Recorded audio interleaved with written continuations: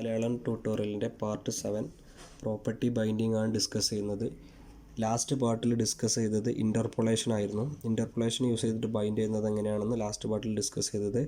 അപ്പോൾ interpolation use ചെയ്തിട്ടും bind ചെയ്യാൻ കഴിയാത്ത ചില കേസസ് ഉണ്ടാവും. അപ്പോൾ അങ്ങനത്തെ കേസുകളിൽ നമുക്ക് വേറെ മെത്തേഡ് ഓഫ് ബൈൻഡിങ് യൂസ് ചെയ്യേണ്ടി വരും. അതിനൊരു എക്സാമ്പിളാണ് property binding. Property binding use ചെയ്തിട്ട് എങ്ങനെയാണ് ബൈൻഡ് ചെയ്യുന്നത്, അതിന് എക്സാമ്പിൾ വെച്ചിട്ട് എങ്ങനെയാണ് ചെയ്യുന്നതെന്നുള്ള ഇതിൽ നോക്കാം. ഓക്കെ, ലാസ്റ്റ് പാർട്ടിൽ ക്രിയേറ്റ് ചെയ്ത സെയിം പ്രൊജക്റ്റാണ്. ആപ്പ് കമ്പോണൻറ്റിൽ ഹോം കമ്പോണൻറ്റിനെ സെലക്ടർ വെച്ചിട്ട് കാൾ ചെയ്തിട്ടുണ്ട്. അപ്പോൾ ഡിസ്പ്ലേയിൽ അതേപോലെ ഹോം കമ്പോണൻറ്റിൽ നമ്മളൊരു ഇൻപുട്ട് ടൈപ്പ് ടെക്സ്റ്റ് വിളിച്ചിട്ടുണ്ട്. അതിൻ്റെ വാല്യൂ ആയിട്ട് NTD ടെക് വേൾഡ് കൊടുത്തിട്ടുമുണ്ട്. ഓക്കെ, വാല്യൂ അട്രിബ്യൂട്ടിലോട്ട്. അപ്പോൾ നമുക്ക് നോക്കുമ്പോൾ ഇവിടെ ഈ NTD ടെക് വേൾഡ് എന്നുള്ളത് ഇൻപുട്ട് ടൈപ്പ് ടെക്സ്റ്റിൽ വന്നിട്ടുണ്ട്. അപ്പോൾ ഇതിനെ നമുക്ക് എങ്ങനെയാണ് ഈ വാല്യൂ എന്നുള്ള വാല്യൂയിലോട്ട് എങ്ങനെയാണ് ഡൈനാമിക്കലി ബൈൻഡ് ചെയ്യുക എന്നുള്ളത് നോക്കാം. അപ്പോൾ ഈ കേസിൽ നോർമലി ഒരു ഡൗട്ട് വരും, വാല്യൂ എന്നുള്ളത് ആട്രിബ്യൂട്ട് അല്ലേ? അപ്പോൾ നമ്മൾ ബൈൻഡ് ചെയ്യുമ്പോൾ ആട്രിബ്യൂട്ടിലോട്ടല്ലേ ബൈൻഡ് ചെയ്യുന്നത്, പ്രോപ്പർട്ടിയിലോട്ടല്ലല്ലോ. അപ്പോൾ എന്തുകൊണ്ടാണ് ഇതിനെ പ്രോപ്പർട്ടി ബൈൻഡിങ് എന്ന് പറയുന്നത് എന്നുള്ളത് നോർമൽ കേസിലൊരു ഡൗട്ട് വരും. ഓക്കെ, അപ്പോൾ നമുക്ക് എന്താണ് അത് ഇങ്ങനെ പറയാൻ കാരണം എന്നുള്ളത് ജസ്റ്റ് നോക്കാം. ഇതാണ് നമ്മൾ റണ്ണായി വന്ന പ്രൊജക്റ്റ്. ജസ്റ്റ് ഈ വാല്യൂ NTD ടെക് വേൾഡിൻ്റെ ഈ ഇൻപുട്ട് ടൈപ്പിൽ നമ്മൾ ജസ്റ്റ് ഇൻസ്പെക്ട് ചെയ്തിട്ട് നമുക്കിവിടെ $0.get attribute of value, അതിൻ്റെ ആട്രിബ്യൂട്ടിൽ വാല്യൂ NTD ടെക് വേൾഡ് ആണുള്ളത്. Then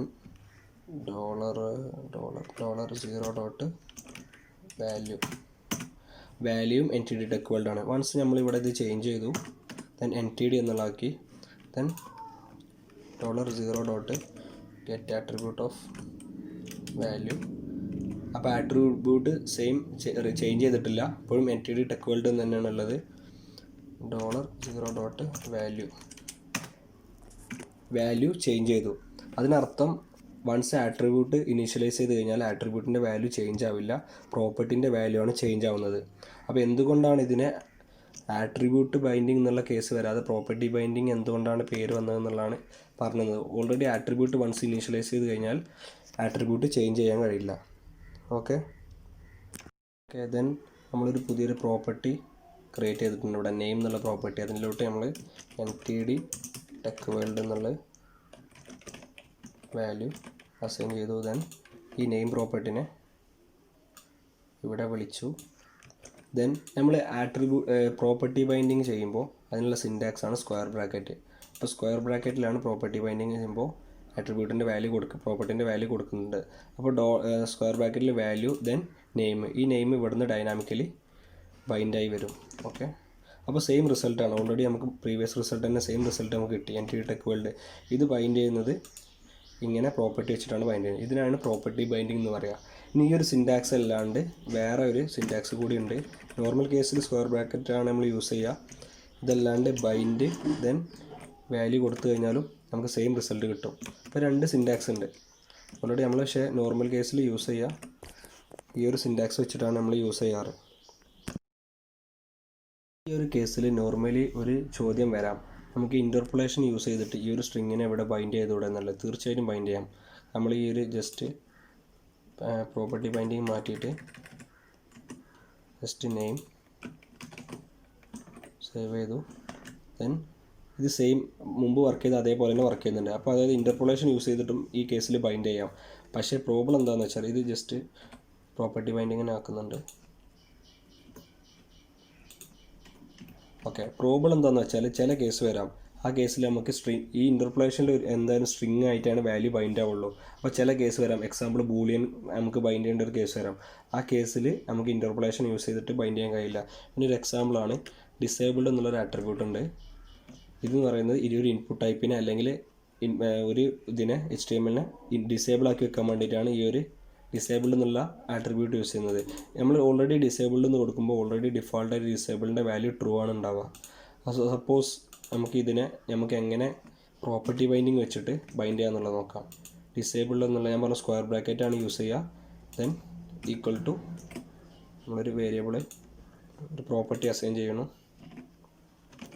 is disabled, then type boolean then false. ഡിഫോൾട്ടായിട്ട് വാല്യൂ ഫാൾസ് എന്ന് കൊടുത്തു. Then is disabled property bind ചെയ്തു ഇവിടെ.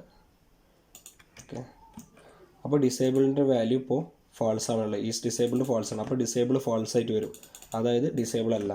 ഓക്കെ, ഇനി ദെൻ ഡിസേബിൾ ട്രൂ ആക്കി നോക്കാം. ഓക്കെ, അപ്പോൾ ഡിസേബിളായി. അപ്പോൾ പ്രോപ്പർട്ടി ബൈൻഡിങ്ങിൻ്റെ കേസിൽ ഈ ഒരു സംഭവം കറക്റ്റായി വർക്ക് ആവുന്നുണ്ട്. ഇനി നമുക്ക് ഇൻ്റർപോളേഷൻ യൂസ് ചെയ്തിട്ട് ഇത് ബൈൻഡ് ചെയ്യാൻ കഴിയുമെന്നുള്ളത് നോക്കാം.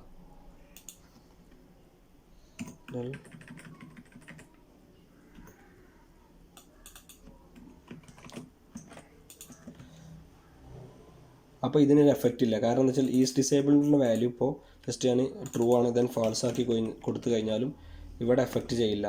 നോർമൽ കേസിൽ എന്തായാലും ഇത് ഈ ഡിസേബിൾ എന്നുള്ളത് ട്രൂ ആയിട്ടേ എടുക്കുള്ളൂ. അപ്പോൾ ഈ കേസിൽ നമുക്ക് ഇൻ്റർപോളേഷൻ യൂസ് ചെയ്യാൻ പറ്റില്ല. കാരണം ഇൻ്റർപോളേഷൻ സ്ട്രിംഗ് വാല്യൂവിനെ മാത്രമേ ബൈൻഡ് ചെയ്യുള്ളൂ. അപ്പോൾ ഈ കേസുകളിൽ നമുക്ക് എന്തായാലും പ്രോപ്പർട്ടി ബൈൻഡിങ് യൂസ് ചെയ്യേണ്ടി വരും. ഓക്കെ, അപ്പോൾ എന്താണ് പ്രോപ്പർട്ടി ബൈൻഡിങ് എന്നുള്ളത് എല്ലാവർക്കും മനസ്സിലായിട്ടുണ്ടാവുമെന്ന് കരുതുന്നു. ദെൻ നെക്സ്റ്റ് പാർട്ടിൽ നമുക്ക് ക്ലാസ് ബൈൻഡിങ് എന്താണെന്നുള്ളത് ഡിസ്കസ് ചെയ്യാം. ദെൻ ഈ വീഡിയോസ് എല്ലാം ഹെൽപ്ഫുൾ ആവുന്നുണ്ടെങ്കിൽ എന്തായാലും ചാനൽ സബ്സ്ക്രൈബ് ചെയ്യുക. ഓക്കെ.